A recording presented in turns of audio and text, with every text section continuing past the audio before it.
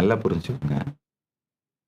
எல்லாருக்குமே அடி மனசுல அவங்க எப்படி இருக்கணும், எப்படி இருந்தா பெஸ்ட்ன்னு ஒரு இமேஜினேஷன், கற்பனை, ஒரு ஏக்கம் இருக்கோ, அந்த மாதிரி பர்சனாலிட்டியா நீங்க இருப்பீங்கயா. அப்ப என்ன ஆகும்னா, அத்தனை பேருக்கும் நேரடியாவோ சீக்ரெட்டாவோ உங்களை பிடிக்க ஆரம்பிச்சிடும், ரசிக்க ஆரம்பிச்சிருவாங்க. இந்த குவாண்டம் ஃபீல்டு இது உங்க எனர்ஜெட்டிக் போஸ்டரா, உங்களுடைய மெஜாரிட்டியான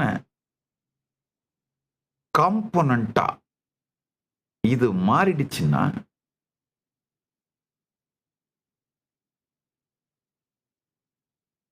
அகத்திலே ஜீவன் முக்தியும் இகத்திலே வெற்றியும் உங்க வாழ்க்கையா நடக்குங்கய்யா.